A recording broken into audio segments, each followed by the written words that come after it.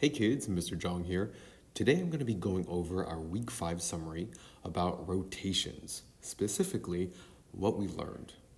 This week we learned how to check if we rotated a figure correctly. We learned a few things using protractors and the distance of lines to points of rotation, and this video is going to be a summary of that. Let's go ahead and get started. So right here I have a sample problem of what we've done before. Simply rotate triangle ABC 180 degrees clockwise or to the right. One way I can do this is simply use tracing paper and rotate my paper 180 degrees to the right. Now, this might work for some people, but not for all. I'm going to quickly do my little rotation over here, see if I can line it up properly. I think that is it.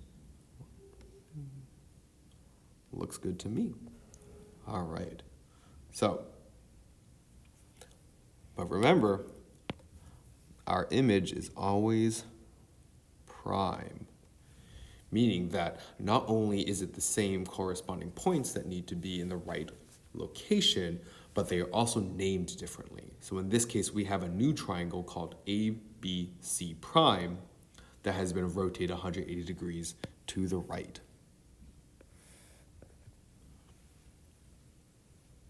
Now, that is every single point that's moved over that way. Now, we learned 2 new strategies this week in order to check if we did this correctly. The first one has to do with the distance of each point to the point of rotation. So, for example, the distance OB and the distance OB prime, if done correctly, should be equal to one another. We take a look at another, we can take the distance from OA, take this line segment, and compare it to OA prime.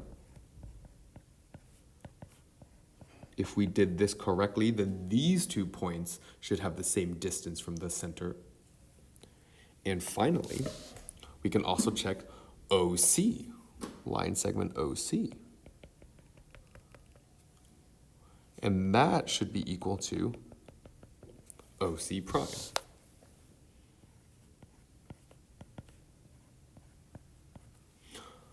So like I said before, if we rotated our figure correctly, its image, or its rotated image, should be the same distance from the point of origin, or point of rotation, than our original triangle should have been at.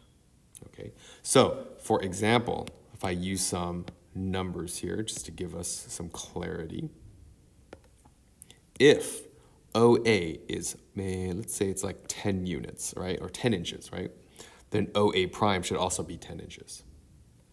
If OC is 10 inches originally, then OC prime should also be 10 inches. And if OB is 6 inches, then OB prime should be 6 inches away. Now, that is one strategy, right?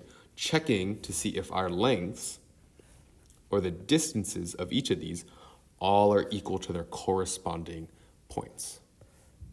So I would say here, corresponding distances must be the same. Corresponding just means that if I'm talking about OB, its corresponding line is OB prime. If I'm talking about OA, then its corresponding matching line should be OA prime. So that's one strategy.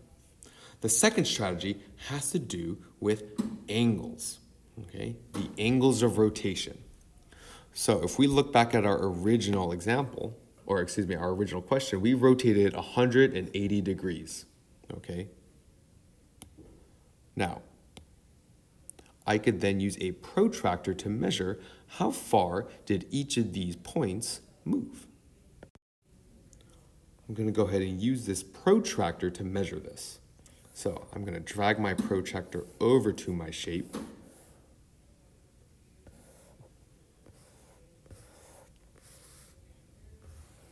And compare. So my angle from AO and A prime can be measured like this. Take my protractor, line up the center with the point of rotation, and then see where I start at OA, and then measure where it intersects the protractor. In this case, it intersects all the way over at 180 degrees. So I can write angle of A prime, O, and A is equal to 180 degrees. That means it has traveled 180 degrees from where it started to where it landed.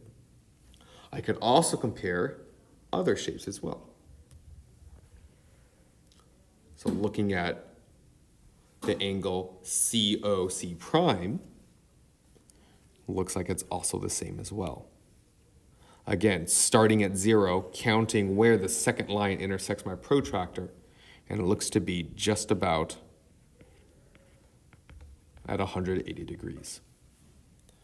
And finally, I can check my last figure right here at B, again lining up the center with my protractor, and it looks like BOB prime has also made the same type of angle, meaning that the angle that is created when using both of these line segments together creates a distance of 180 degrees.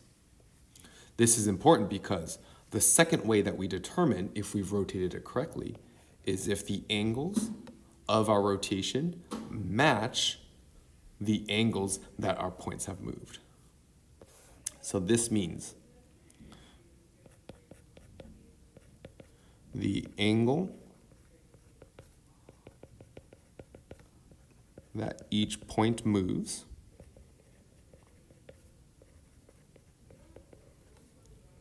must match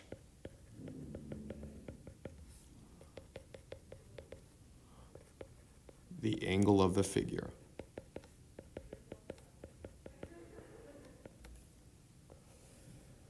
So let me reiterate everything. So we rotated triangle ABC 180 degrees, and that got us triangle ABC prime.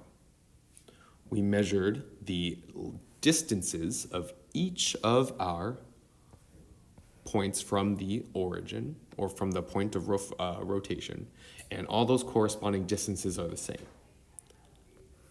Then we measured the angle. The angle that each of these make also match the angle of rotation. If both of these two are the same, then we know we've rotated our figure correctly. I hope this helped, guys. Take care.